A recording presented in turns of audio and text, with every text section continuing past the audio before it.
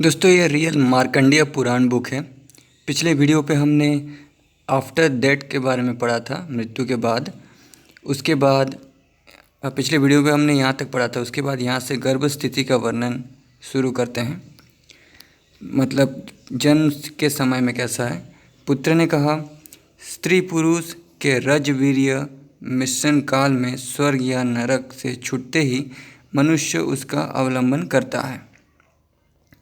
मतलब जब मृत्यु के बाद वो स्वर्ग नरक में दोनों से जब छूटता है, उसके बाद जन्म ले लेते समय रजवीर्य के मिश्रण से पैदा होता है। बायोलॉजी में हमने पढ़ा था कि स्पर्म और स्त्रियों के जो स्पर्म होते हैं, जिसको रज कहा जाता है, दोनों के मिश्रण से बच्चे पैदा होते हैं तथा उससे अभिभूत होकर दोनों बीच स्थिर होकर बुलबुले के लंबे या गोल आकार को प्राप्त होते हैं। कि कोई किसी ने अगर बायोलॉजी पढ़ा होगा तो उसमें भी यही बायोलॉजिकल अंदाज में लिखा गया है और यहाँ पे पुराणों के अंदाज में बताया गया है। उस अंडाकार स्थित सूक्ष्म जीव को अंकुर कहते हैं। उस अंकुर के विभाग से 5 अंग उत्पन्न होते हैं। फिर बच्चे के 5 अंग होते हैं पेट में। फिर सभी उपांग उत्पन्न होकर उनसे अंकुर और उससे सुखादि उत्पन्न होते हैं।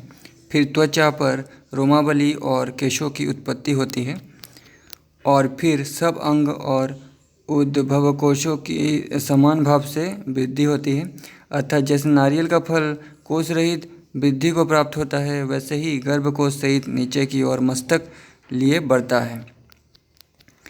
पैदा होते समय सबसे पहले मस्तक ही निकलता है, तो मस्तक लिए ही बढ़ता है पेट के नीचे। जब निम्न मुख्य प्राणी गर्भकाश में रहता है, तब जानु और पार्श्व सहित दोनों हाथ नीचे के भाग में रहते हैं। दोनों अंगूठे, जानु, परता सब उंगलियां जानु के अगले भाग में फैली रहती है। मतलब पेट में बच्चा किस प्रकार रहता है, पैर हाथ पैर किस पोजीशन में रहता है, ये बताया गया है। दोनों चक्षु जानु के पीछे और नासिका यानी नाक जानु के मध्य में रहती है। दोनों कूल्हे पार्श्वनी पर और बाहु और जंघा बाहरी भाग में रहती है। गर्भ में प्राणी इस प्रकार बढ़ता है, अन्य अन्य जीवों में अपनी अपनी आकृति के अनुसार वहाँ रहता हुआ बढ़ता है। उदर की अग्नि में कठिन होता जाता है और खाए पिए पदार्थ द्वारा जीवन धारण होता है। पाप और पुण्य की अधिकता के भेद से गर्भवास भी विभिन्न प्रकार का है। उनकी नाभि में निबंध आप्यायनी नामक नाड़ी स्त्री की आंत से लगी रहती है। उसी के छिद्र से सब खाए पिए हुए पदार्थ उसकी देह में जाकर देह को तृप्त करते हुए बढ़ाते हैं। उस समय उसे संसार के अनेक जन्म याद आते हैं और तब वो अत्यंत दुखित होता है। देव प्रदत्त सत्सत जन्म के दुख को याद कर वो सोचता है कि उधर से निकलकर फिर कभी ऐसे कार्य ना करूँगा जिनसे फिर भी गर्भ में रहने का दुख भोगना पड़े। फिर उस अधोमुखी जीव का जन्म 9वें या 10वें महीने में होता है। मतलब हर बच्चे का जन्म 9वें या 10वें महीने में ही होता है, आप सबको पता होगा, बायोलॉजी में पढ़ा होगा। उस समय प्रजापत्य वायु से अत्यंत पीड़ा को प्राप्त हुआ दुख से पीड़ित तथा विलाप करता हुआ बाहर निकलता है।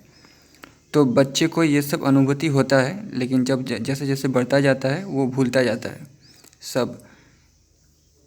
उधर से निकलते ही उसे मूर्छा होती है और वायु के स्पर्श से चेत होता है। मतलब बाहर निकल कर वायु में जब आता है, हवा में, फिर मोहिनी माया उसे मोहित कर देती है, जिससे उसका ज्ञान नष्ट हो जाता है।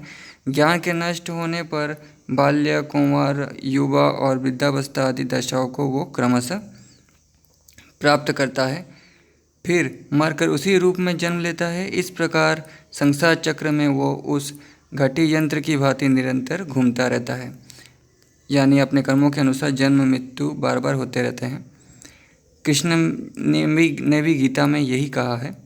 लेकिन जन्म मृत्यु नहीं होगा अगर कृष्ण के बताए हुए रास्ते पे चलेंगे। तो कृष्ण का जीवन और गीता पढ़ेंगे, महाभारत पढ़ेंगे तो आपको पता चलेगा डिटेल में। और अधिक जानना है तो सब पुराण और रामायण भी पढ़िएगा, तो आपको हर जगह से सब ज्ञान मिलेगा।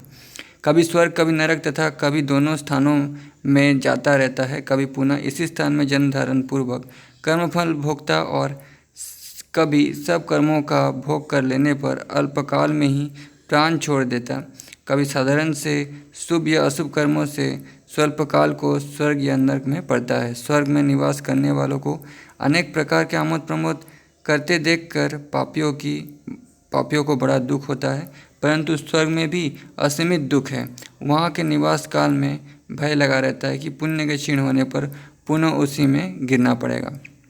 कृष्ण भी गीता में यही कहते हैं कि जब पाप खत्म हो जाता है तब नरक से छूटकर फिर धरती पे आना पड़ता है, जन्म लेता है, और जब पुण्य क्षीण होता है फिर भी धरती पे आना पड़ता है, जन्म लेना पड़ता है। मतलब पाप और पुण्य, स्वर्ग और नरक में जाने वाला व्यक्ति दोनों ही बंधा होता है, दोनों को ही मुक्ति नहीं मिलती।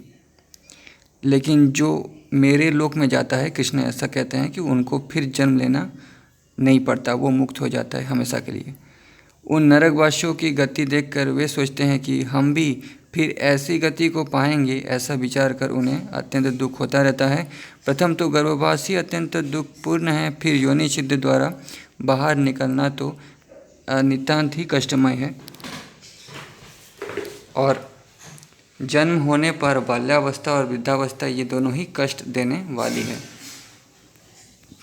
काम, क्रोध, ईर्ष्या आदि से परिपूर्ण युवावस्था तो अत्यंत ही दुखमय है, उस पर भी वृद्धावस्था को तो दुख की खान ही समझिए। उससे भी बढ़कर मरण में तो अत्यंत घोर दुख है। इसके पश्चात जब यमदूत खींचकर नरक में ढकेलते हैं तब तो दुखों की सीमा ही नहीं रहती, यानी यमदूत मतलब मृत्यु। फिर भी गर्भ में रहना, जन्म लेता, मरता और पुनः नरक की प्राप्ति होती है। इस प्रकार प्राणी इस संसार चक्र में घटी यंत्र के समान निरंतर गुप्त हुए बंधन के दुख को बारंबार भोगते हैं। असंख्य दुख वाले इस संसार में लेश मात्र भी सुख नहीं है, ऐसा उस समय के ऋषि मानते थे। इसीलिए जब मोक्ष प्राप्त के लिए प्रयत्नशील हूँ तो त्रय विद्या गर्भ का क्यों सेवन करूँ, मुझे तो अपरा विद्या को प्राप्त करना है। नेक्स्ट चैप्टर महारौरवादी नरक वर्णन या भरक वर्णन। पिता ने कहा, हे वत्स, ज्ञान देने के रूप में यहाँ फलदायक परम संसार रहस्य का तुमने भली प्रकार वर्णन किया है। रौरव नरक तथा अन्य नरकों का जो वर्णन किया, अब उसी को विस्तार सहित कहो। पुत्र ने कहा, पिताजी, मैंने प्रथम आपको रौरव नरक का वर्णन किया था, अब महारौरव नरक का वर्णन सुनिए। गमन के अयोग्य मार्ग में जाने वाले, अभक्ष भोजन करने वाले, मित्रद्रोही तथा स्वामी से विश्वासघात करने वाले, पर स्त्री का सेवन करने वाले, अपनी पत्नी को त्यागने वाले, मार्ग, तड़ाग और उपवनों को नष्ट करने वाले पापियों को वहीं ले जाकर यमदूत दग्ध करते हैं। उसका प्रमाण चारों ओर 12 योजन है। उसकी भूमि ताम्रमयी तथा नीचे अग्नि की खान वाली है। अग्नि के ताप से तप्त हुई वो ताम्रवर्ण वाली भूमि बिजली की चमक के समान सब दिशाओं को प्रकाशित करती है। उसे देखना या छूना अत्यंत भयंकर है।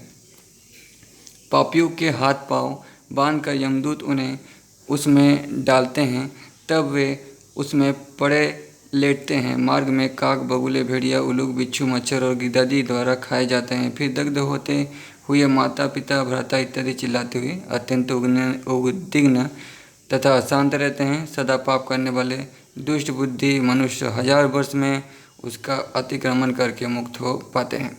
उसके पीछे ही घोर अंधकार से आवृत तम नामक नरक है। वह महारौरव के समान ही विशाल तथा अत्यंत शीतल है। उसमें गो हत्यारे, भातृ हत्यारे तथा बाल घातियों को डाला जाता है। इस नरक में गिरने वाले जीव उस महान अंधकार में शीत से आर्त होकर इधर उधर दौड़ते फिरते हैं तथा दूसरे नारकियों से मिलकर उसमें लिपट कर वहाँ रहते हैं। शीत से कांपने रहने के कारण उनके दांत टूट जाते हैं तथा भूख, प्यास आदि सभी उपद्रव प्रबल हो जाते हैं। हिमखंडों को बहाने वाली दारुण वायु उनकी हड्डियों को तोड़ देती है, जिससे मज्जा और रक्त गिरता है। वे प्राणी क्षुधातुर होकर उसी का भोजन करते हैं, परस्पर मिलकर शरीरों के चाटते हुए घूमते हैं। इस प्रकार इन्हें अत्यंत क्लेश रहता है।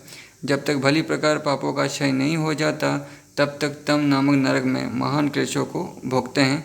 उन्हें पीछे निकंतन नामक एक प्रधान नरक है, वहाँ कुमार के चाक के समान निरंतर घूमता रहता है। उस चक्र में पापियों को काल सूत्र से काटा जाता है और ना देखे हुए के समान तथा ना सुने हुए को सुने हुए के समान ही वर्णन करता है। जो दुराचारी मनुष्य एक अक्षरदाता गुरु को ईश्वर के समान नहीं मानता या गुरु और शास्त्र के वचन को नहीं पालता, वे पापी मनुष्य उस चक्र पर चढ़ाए जाकर काल सूत्र से पैरों से मस्तक तक काटे जाते हैं तो भी उसका जीवन नष्ट नहीं हो पाता। तो लोग पाप नहीं किया करते थे उस समय, इसीलिए क्योंकि लोगों के मन में भय था, है ना। ऋषि ऐसा बोला करते थे। फिर वो 100 टुकड़े होकर पूर्ववत मिल जाते हैं और 1000 वर्ष तक इसी प्रकार काटे और जोड़े जाते हैं जब तक कि उनके पाप नष्ट नहीं हो जाते। अब अप्रतिष्ठ नामक का वर्णन सुनो, जहाँ रहकर असह्य क्लेश होते हैं। जो मनुष्य सधर्म तत्पर ब्राह्मणों के समक्ष विघ्न उपस्थित करता है, उन्हें उसे दारुण पाश में बांधकर चक्र लेकर नरक में डालते हैं। वो चक्र और घाटी यंत्र पत्तियों के लिए दुख के कारण रूप होते हैं। कुछ प्राणी उस चक्र पर चढ़ाकर घुमाए जाते हैं, उनको सब नरक में 1000 वर्ष रहना होता है। कोई पापी छोटे घड़े के समान बांधा जाकर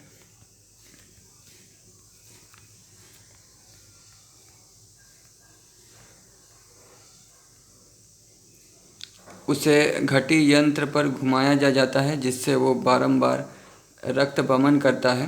उसकी आंखें मुख द्वारा बाहर निकली है, रक्त की धारा बहती है और आंखें निकल आती है। वहाँ से अत्यंत पीड़ित होकर असह्य दुख पाते हैं। इसके पीछे असीपत्र नामक एक दारुण नरक का वर्णन करता हूँ। ये नरक पृथ्वी को सहस्त्र योजना पार करके स्थित जलती हुई अग्नि से व्याप्त है। जो ब्रह्मचारी व्रत और तप से भ्रष्ट होते हैं, वे उस असीपत्र वन को प्राप्त होते हैं। वे भयंकर एवं प्रकांड सूर्य किरणों से तप कर इसमें पड़ते हैं। उसमें एक अत्यंत मनोहर वन है, देखने में उसके सब पत्ते अत्यंत चिकने प्रतीत होते हैं। हे द्विजोत्तम, उसके सभी पत्र पंखरे के फलक जैसे हैं। वह अत्यंत बलि श्वान भोंकते रहते हैं। वे बाघ के समान विशाल दाढ़ वाले थे, जिनकी दाढ़ें तीव्र थी तथा वे अत्यंत भयंकर थे। उस वन को शीतल छाया से युक्त देखकर क्षुधा पिपासा से कातर जीव उसमें घूमकर दुखित चित्त से हा माता हा पिता पुकारते हुए रोदन करते हैं। अग्नियुक्त पृथ्वी से उनके पांव दग्ध होते हैं तथा अशीपत्र को गिराने वाला वायु चलता है, जिससे खड़गपद गिरते हुए अशीपत्र उन पर पड़ते हैं। फिर वे जलती हुई अग्नि में गिराए जाते हैं, तब जीभ में चाटते हुए पृथ्वी पर गिरते हैं और वहाँ अत्यंत भयंकर श्वान उस रुदन करते हुए प्राणियों के सभी अंगों को छिन्न भिन्न कर डालते हैं।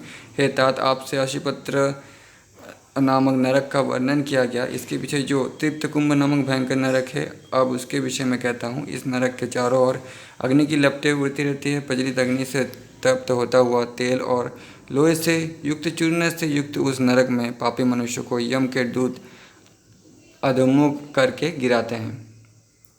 जो धर्मशास्त्र और तीर्थों को दूषित करने वाले हैं तथा जो जन शुभ लक्षण स्त्री को बिना दोष देखे ही दोष देते हैं, वो इस लोह कुंभ में गिराए जाते हैं। उनके शरीर उसी समय फट जाते हैं और मज्जा जल आदि से जलकर शुष्क हो जाते हैं। इस प्रकार उनको पकाया जाता है तथा उनके कपाल, नेत्र एवं संपूर्ण अस्थियाँ भयंकर पूर्वक छिन्न भिन्न कर दी जाती है।